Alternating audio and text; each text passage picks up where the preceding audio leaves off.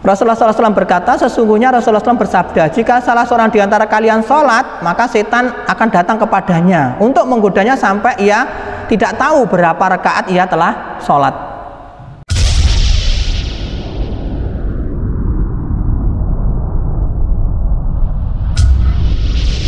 Bismillahirrahmanirrahim. Assalamualaikum warahmatullahi wabarakatuh.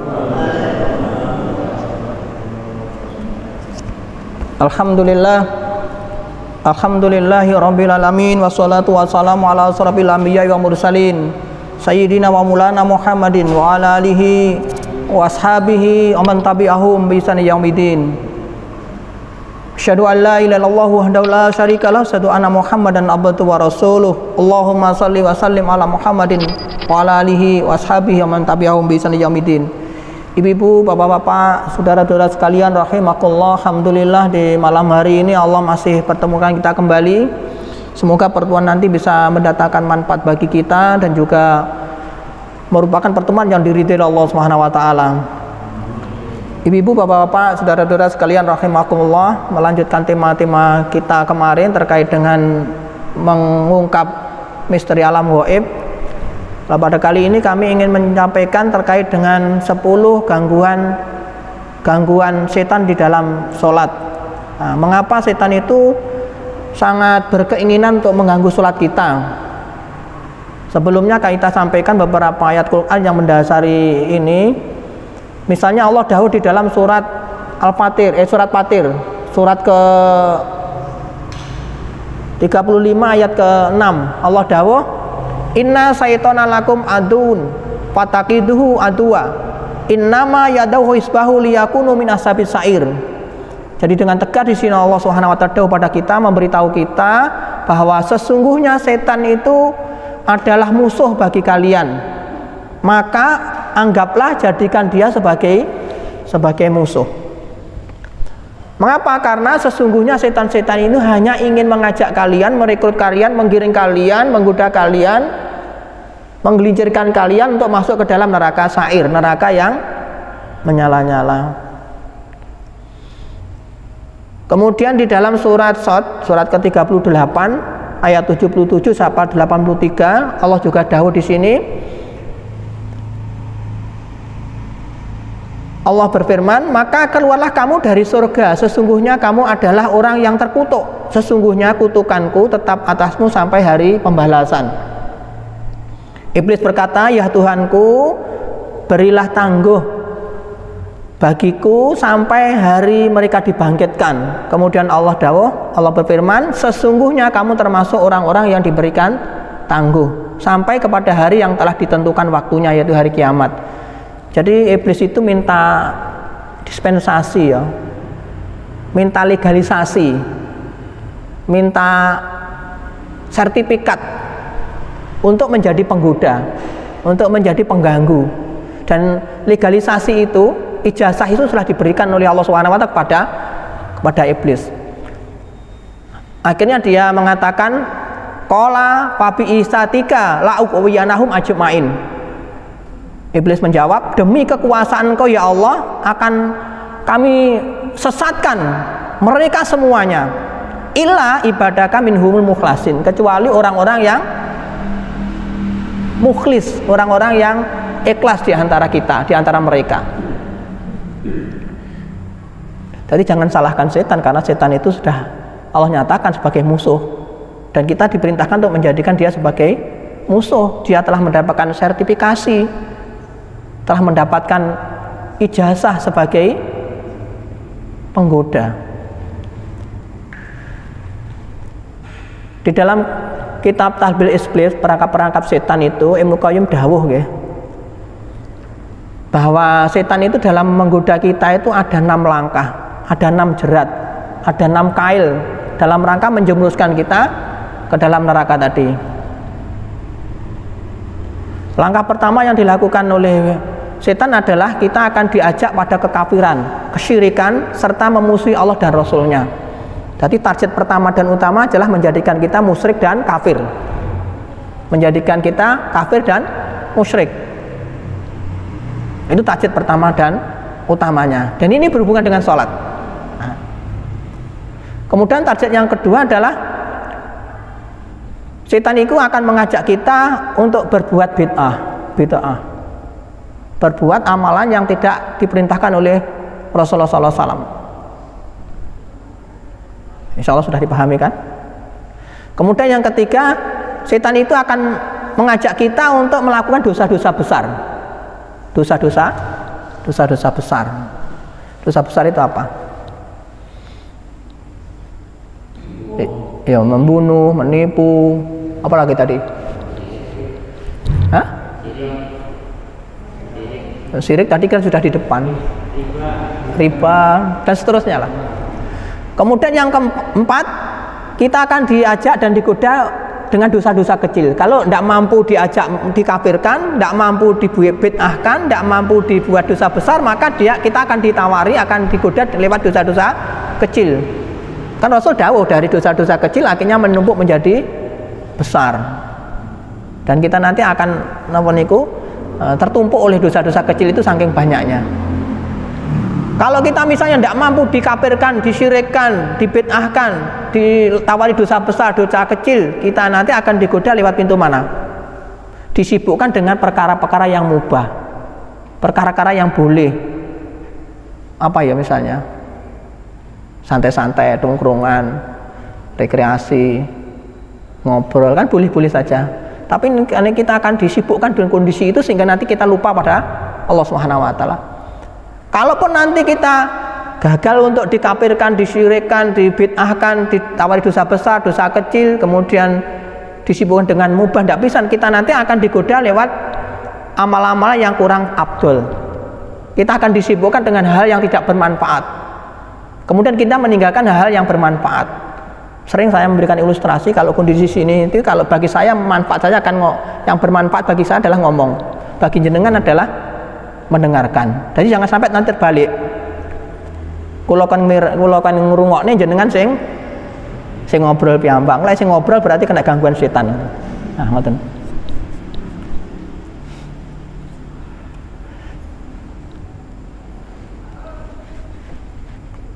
Ke masalah kita. Bapak Ibu kalau membaca kitab Riyadhus Shalihin ya, insyaallah di sini kan dibahas nggih. Nanti di bab terkait dengan al-fadhail, terkait dengan fadilah-fadilah amal itu, di dalam hadis riwayat Muslim itu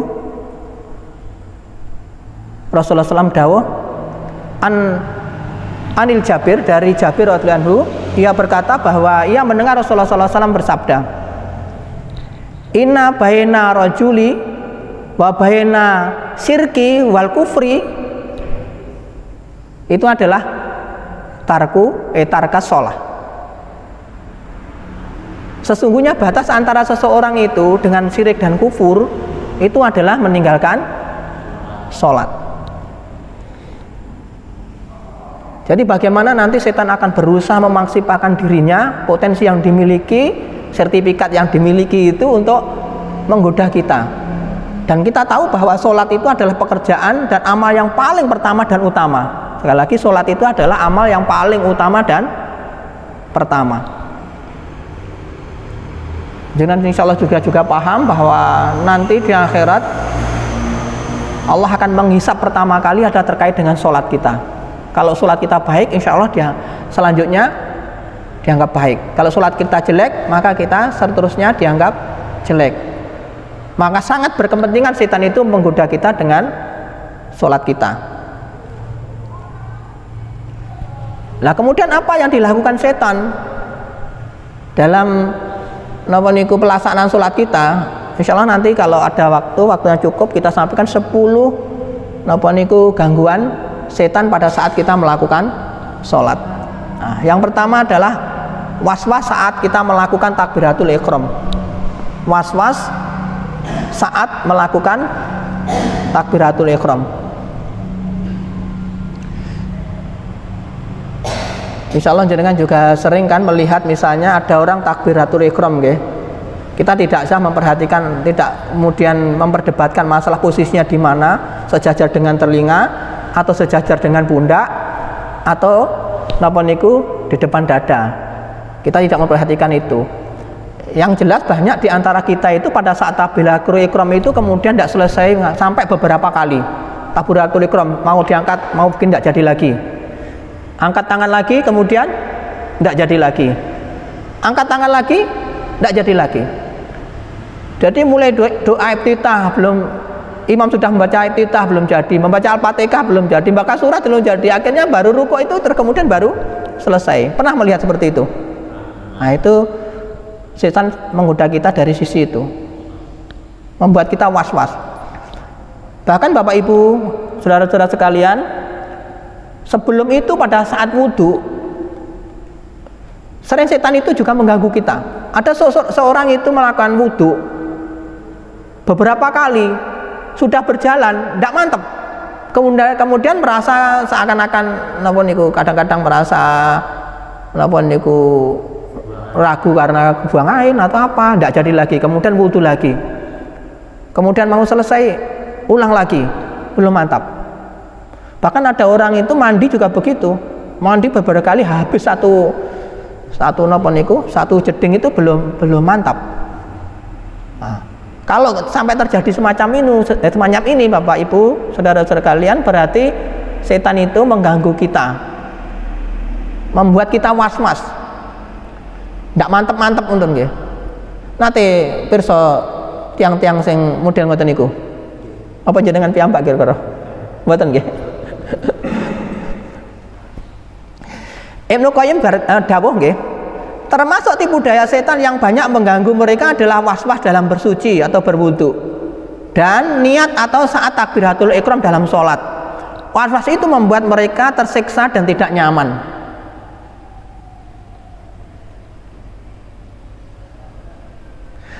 Dan juga bisa mengeluarkan mereka dari garis yang telah disunahkan oleh Rasulullah SAW. Bahkan di antara mereka ada yang berpikir bahwa apa yang telah dicontohkan Rasulullah SAW itu tidak cukup. Mereka butuh sesuatu atau amalan tambahan untuk memantapkan niatnya. Akhirnya mereka terjerumus dalam persepsi yang salah, kepayahan dalam pelaksanaan ibadah serta pahala yang berkurang atau malah salah nonton ya. Bapak Ibu, saudara-saudara sekalian rahimakumullah, kalau sampai terjadi itu sekali lagi ini adalah gangguan setan. Kemarin kalau kita mendapatkan gangguan was-was, kita diperintahkan untuk apa? Untuk berlindung pada Allah Subhanahu wa taala, untuk bertaut pada Allah Subhanahu wa taala. Kita lanjut. Kemudian yang kedua, tidak konsentrasi saat membaca bacaan sholat. Tidak konsentrasi saat membaca bacaan sholat. Rasul dawuh di dalam hadis riwayat Muslim nggih. Beliau dawuh itu Bismillahirrahmanirrahim, itu adalah setan. Dalika syaitanu yaqulu lahu kinzib. Itu adalah setan, namanya kinzib. Jadi setan yang tukang goda manusia pada saat sholat itu namanya kinzib. Jika kamu merasakan diganggu atau merasa diganggu, mintalah perlindungan kepada Allah dari gangguannya dan meludahlah ke kiri 3 kali. Meludah ke kiri tiga kali. Kata Utsman, aku pun melakukannya, kemudian Allah menghilangkan gangguan itu dariku. Pak engko terus pas napa niku meludah 3 kali kayak eneng wong ngono nggih. Ya terserah jenengan bagaimana napa niku meludah, entah itu keluar banyak atau sedikit, kan bisa kan? Tanpa keluar hanya sedikit pun bisa. Apa perintahnya kalau nanti terjadi was-was, kita sering lupa dalam mengerjakan sholat? Tahu? Nah mas, berlindung kepada Allah, kemudian meludah 3 kali ke kiri. Kiri ke sana apa sini? Oh sini ya, lanjut dengan sana.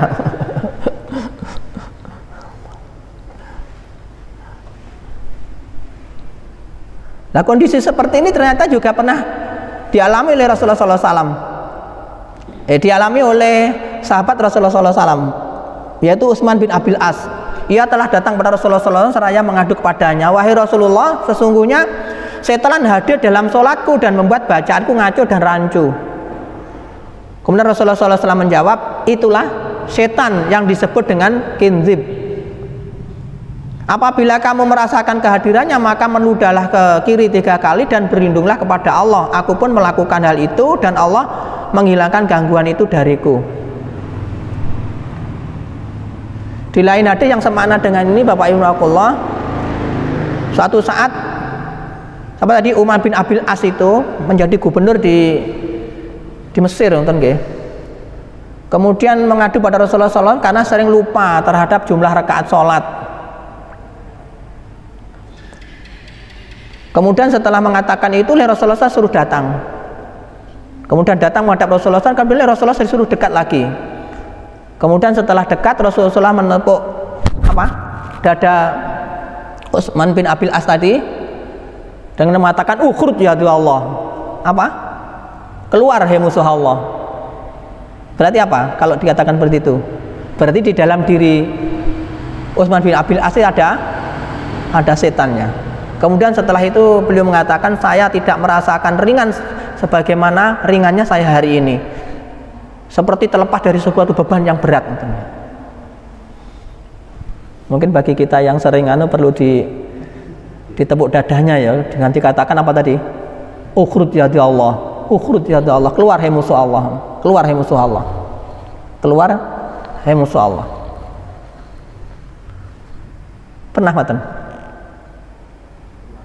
Berarti perlu nek kanca-kanca nek ditepuk dadane ngoten nggih. Tapi tak tepuk ora ilang-ilang lho Pak. Ya sanu kayak padha ae ngoten nggih. Padha terganggune ngoten nggih.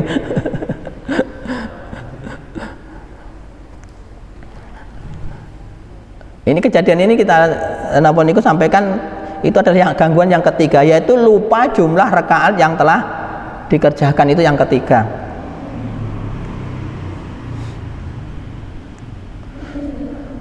Rasulullah SAW berkata, sesungguhnya Rasulullah SAW bersabda, jika salah seorang di antara kalian sholat, maka setan akan datang kepadanya untuk menggodanya sampai ia tidak tahu berapa rakaat ia telah sholat.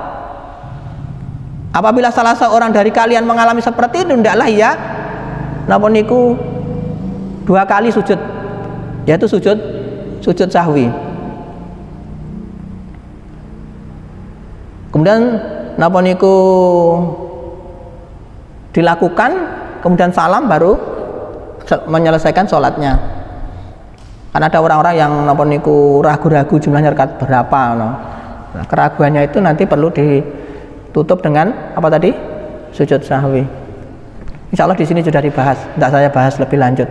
Karena saya tidak pakai masalah napa niku, masalah fikihnya, masalah-masalah terkait dengan itu. Ada ustadz tersendiri yang nanti insya Allah akan membahasnya.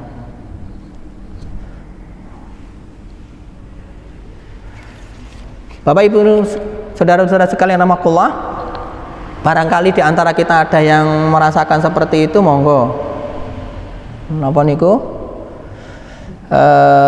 melakukan sebagaimana Rasulullah SAW melakukan.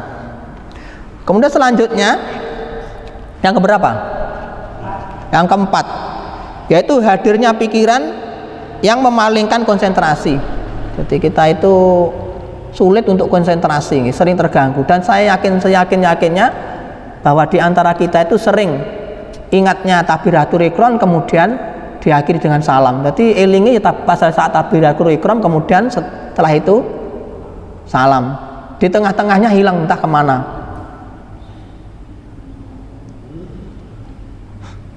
Nggih Mas Ano. Lah aku mau salam ngoten nggih.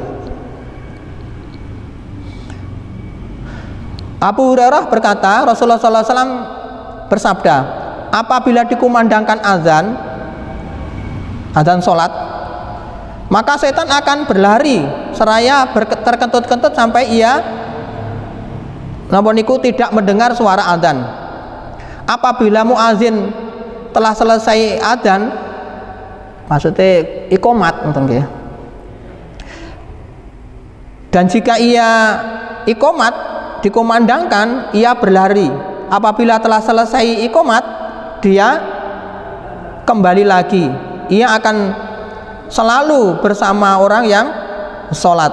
Seraya berkata kepadanya, ingatlah apa yang tadinya tidak kamu ingat. Sehingga orang tersebut tidak tahu sudah berapa rakaat dia sholat. Nah, enten sering ngoten niku. Hah? Tidak apa-apa, insyaallah. Oke. Nanti ada sesi tersendiri ngoten nggih. Tapi tidak di sini ngoten ya. Kalau mau nanti konsul ke rumah saja ya. Hari Selasa malam Rabu. Insyaallah. Nanti ada temennya yang kemarin dari Karangsoko ya. Nah, nanti dibarengkan.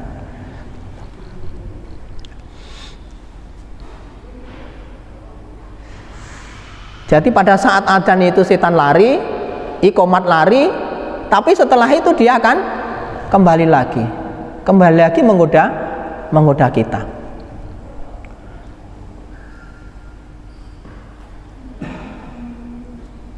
Sekali lagi, mengapa ini menjadi target yang luar biasa ya sholat? Karena sholat itu standar gitu, barometer kebaikan seseorang. Jadi kalau sholatnya tidak baik, berarti yang lain tidak baik. Kalau sholatnya baik, insya Allah semuanya baik. Dan insya Allah jenengan sudah juga disampaikan terkait dengan fikih sholat gitu. Bagaimana napa niku dari sisi bacaan, kemudian dari sisi gerakan, dari sisi posisi, postur tubuh, nggih. Atau kalau enggak nanti kita sampaikan di sesi berikutnya. Kemudian yang kelima, laras nggih, kelima. Godaan setan pada saat kita sholat yang kelima adalah tergesa-gesa untuk menyelesaikan ibadah sholat. Jadi kita itu kesusu menyelesaikan sholat kita. Ibnu Qayyim berkata, sesungguhnya ketergesa-gesaan itu datangnya dari setan. Karena tergesa-gesa adalah sifat gegabah, sembrono, yang menghalang-halangi seseorang untuk berperilaku tidak hati-hati, tidak tenang, tidak santun, dan seterusnya. Tergesa-gesa itu muncul karena dua perilaku buruk, yaitu sembrono dan buru-buru sebelum waktunya. Jadi kalau nanti kita tergesa-gesa, secara otomatis semuanya nanti akan rusak, ngoten nggih. Jadi jenengan lek kesusu-susu ngoten niku kan, banyak yang ketinggalan tidak terasa. Napa niku rusaknya, kurang bagusnya juga tidak terasa. Sehingga kita merasa apa yang kita lakukan sudah baik, padahal yang kita lakukan itu amburadul. Nah, semoga nanti kita memahami ini. Dan salah satu napa niku indikasi orang kusuk itu ya napa? Ya santai ngoten, mboten gusra-gusu, mboten kesusu, ndak tergesa-gesa. Oh kayak salate kusuk tapi kok cepet banget. Nah, itu berarti kurang kusuk. Kusuk itu mesti tidak tergesa-gesa. Coba Rasulullah SAW misalnya mengingatkan kita terkait dengan gerakan rukuk dan gerakan sujud, gitu. Kan sampai Rasulullah mengingatkan sejahat-jahat orang itu adalah orang yang mencuri gerakan sholat. Siapa mereka? Mereka itu yang sholat seperti cotok ayam. Nanti tul-tul ngoten nggih. Ana sing model ngoten niku. Ati rukuk ki ya taltul ngoten, terus kemudian rukuk sujud niku nggih taltul. Itu dari Rasulullah napa niku sejahat-jahat orang yang mencuri gerakan salat. Insyaallah wonten mriki mboten nggih. Mboten wae dereng salat, lepas salat nggih duka. Kan dereng salat.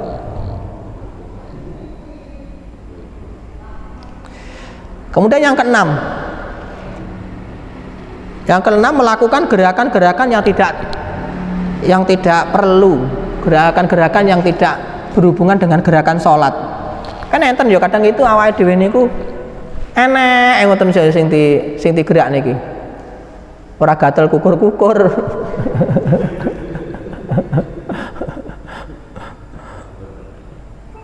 Mboten keju niku sikil geser-geser mawon ngoten nggih. Mboten enek napa-napa kuwi tertarik kudu ngerti napa ngoten nggih. Kadang-kadang penghilatan kita kan juga napa niku tidak konsen. Dan seterusnya. Enek sing nguwi, mbuh ngapa niku nguwi kuku ngono. Lho karo salat wis iso sempat-sempate nguwi kuku ngono.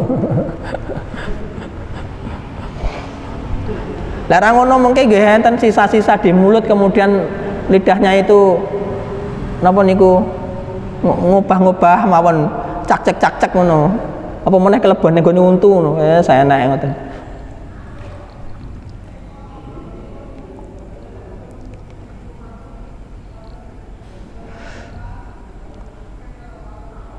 Rasulullah SAW dawuh, "Sholatlah kamu sebagaimana kamu sholat. Sholu kama ra'aitumuni usolli." Sholatlah kalian sebagaimana aku sholat. Umar segera ada orang yang napa niku? Ada orang yang membolak-balikkan napa niku mempermainkan tangannya kan awake kan sering ya napa niku enak untuk gaya napa niku macam-macam lah jenengan ya sering bisa sosok iki ganggu konsentrasi ana sing memang itu menjadikan alat untuk konsentrasi. Tapi pernah Ibnu Umar itu menegur seseorang terkait dengan dolanan apa niku lek rumiyin kan dolanan kerikil, saiki dolanan apa nggih? Dolanan HP atau dolanan apa malih nggih? Dolanan apa? Entah, kalau itu kan untuk pikir atau untuk ngitung jumlah.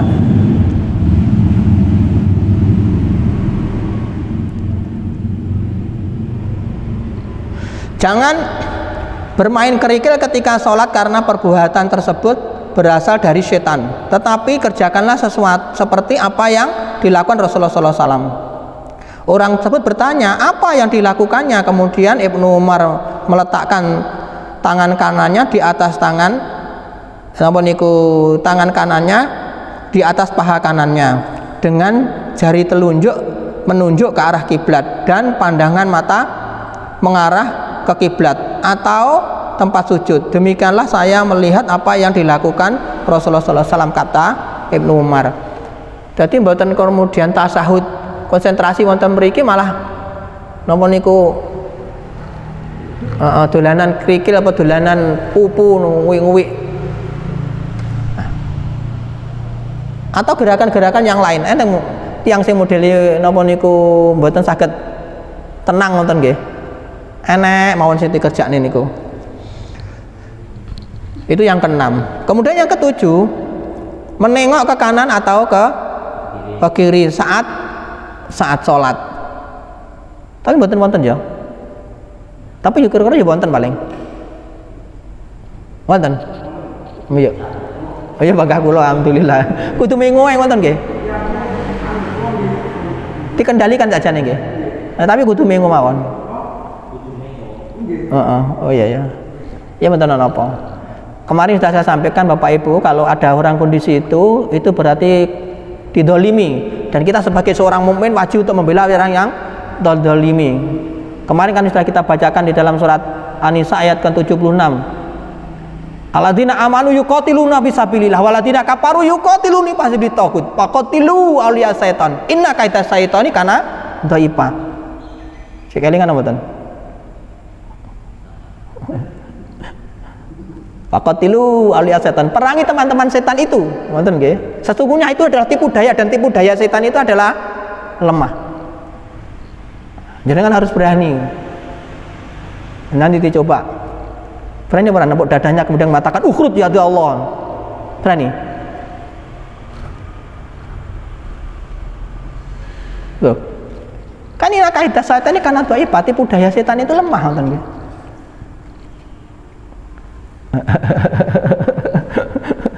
Kita sik ragu mboten enten sing anu mboten tatak. Padahal kalau tegas ya tadi kita bacakan ayatnya tadi.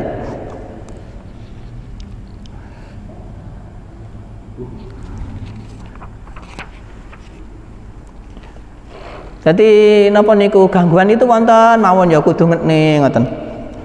Mengapa demikian? Ternyata di zaman dahulu pun sering terjadi hal-hal yang demikian itu.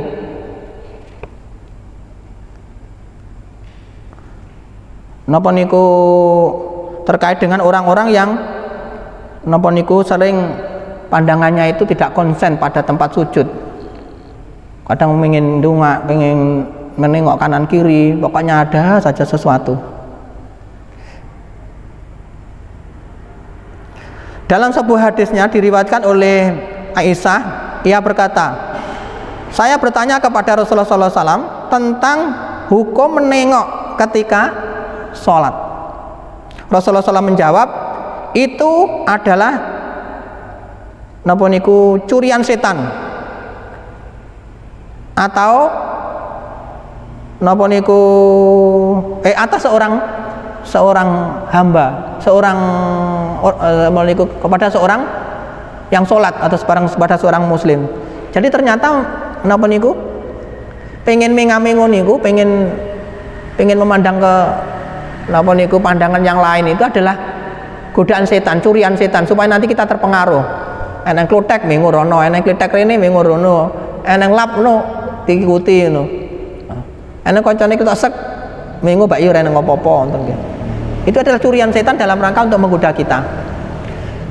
Bapak Ibu nakullah, dari sini sekali lagi kita perlu berhati-hati. Kemudian yang ke-9 adalah ke-8 menguap dan mengantuk.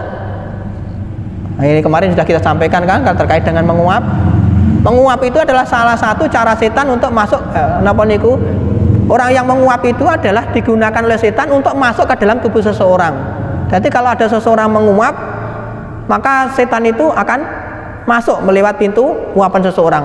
Apalagi nanti kalau menguap kemudian terdengar suara ha. Gimana? Ditutup, ditutup. Jangan sampai nanti terdengar suara ha.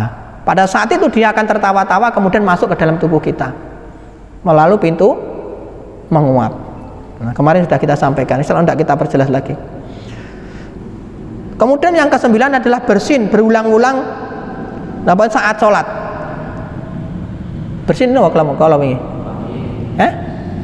wahing arep ngucapan hamdalah niku mboten pareng karena di dalam sholat tidak ada kalimat hamdalah ngoten nggih. Maksud saya sepanjang tempat. Nanti yang di sampingnya juga begitu. Kalau saya mengucapkan yarhamukallah tidak ada. Terus bagaimana nanti kalau kita ingin bersin? Kemarin perintahnya kalau bersin menguap apa? Ya dikendalikan sekuat-kuatnya, dikecil di napa niku, dirapatkan mulutnya sampai nanti napa niku uapan atau bersin itu napa niku suaranya tidak terlalu keras ngoten nggih. Dan Rasulullah dengan tegas kemarin kami sampaikan bahwa bersin itu dari Allah, sedangkan menguap itu dari setan. Kemudian yang ke-10, terasa ingin buang angin atau terasa ingin buang air. Tadi enak, kudu ngentut, kudu ke belakang, ngoten niku mungkin pun siap napa niku wis istinja, kemudian mau wudu, enek malih kudu ngentut, kudu nguyuh dan seterusnya. Kadang-kadang masih tersisa karena belum tuntasnya kita buang air kecil atau buang air besar, akhirnya terasa keluar lagi. Dan hal ini penting Bapak Ibu karena mengapa demikian? Pernah Rasulullah SAW itu kan datang ke kuburan, gitu. Kemudian Rasul dawuh salah satunya adalah orang ini disiksa dikarenakan apa? Istinjaknya tidak sempurna. Kalau orang istinjaknya tidak sempurna, nanti kalau digunakan untuk sholatnya juga tidak sempurna. Ibadah-ibadah di atasnya tidak sempurna. Nah, maka setan itu sangat berkeinginan, ini menjadi target yang utama bagi setan untuk menggoda kita, apalagi kepada orang-orang yang melakukan melakukan sholat. Rasulullah SAW dawuh, apabila salah seorang di antara kalian bimbang atau ada yang dirasakan di perutnya, apakah telah keluar sesuatu darinya atau tidak, maka jangan sekali-kali ia keluar dari masjid sampai ia yakin telah mendengar suara keluarnya angin atau mencium bahunya. Ini supaya kita nanti mantap, tidak ragu-ragu, tidak was-was. Jadi lara kroso memang napa niku tidak terdengar, tidak tercium baunya ya. Kemudian kita napa niku merasa masih bisa bernahan atau masih tertahan, tidak terasa batal, maka kita harus memantapkan diri untuk mengatakan bahwa ini belum batal. Tapi setan terus berusaha untuk menjadikan kita was-was, ragu-ragu. Perintah Rasulullah SAW adalah meninggalkan keraguan itu. Bapak Ibu sekalian rahimakumullah, sekali lagi ini 10 di antara gangguan-gangguan setan pada saat kita sholat. Dan semoga kita memahami ini sehingga nanti kita bisa menghindarinya dan kita paham bahwa sholat itu adalah amalan yang pertama dan utama yang akan dinilai oleh Allah Subhanahu wa Ta'ala. Dan dia setan itu sangat berkepentingan untuk ini. Maka kita pun harus menjaganya, menjaga kekusukannya dari sisi bacaan, dari sisi gerakan, dari sisi kebersihan dan seterusnya, sehingga nanti kita betul-betul berangkat mengerjakan sholat dalam kondisi siap secara kebersihan, dari sisi toharoh, dari sisi niatan, dari sisi pelaksanaan gerakan dan seterusnya. Dan semoga Allah Subhanahu wa Ta'ala akhirnya menerima semua amal-amal sholat kita, dan kebaikan sholat kita itu sekali lagi menjadi standar nilai ukur barometer bagi amal-amal kebaikan amal-amal kita. Ngoten ngapunten wonten lepatipun, kita akhiri dengan doa kafaratul majelis. Subhanakallahumma wa bihamdika asyhadu an la ilaha illa anta astaghfiruka wa atubu ilaik. Assalamualaikum warahmatullahi wabarakatuh.